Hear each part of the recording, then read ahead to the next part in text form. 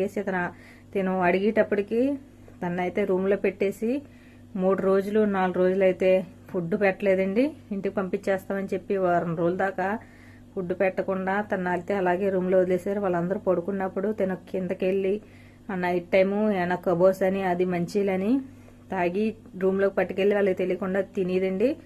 వాళ్ళు అంతా చిత్రహింసలు పెడతారు. అదైనా తలుపు తీసి ఉంచారు కాబట్టి, లేదంటే తాళం వేసారంటే ఏమీ చేయలేమండి. దాని గురించి కొత్తగా వచ్చిన వాళ్ళు మాత్రం ఇలాంటి కొన్ని వీడియోస్ చూసి మీరు కొంచెం జాగ్రత్తగా ఉంటారని తెలియకుండా ఉన్నవాళ్ళు కొంచెం తెలుసుకుంటారని అయితే ఈ మాటలో చెప్పడం జరుగుతుందండి.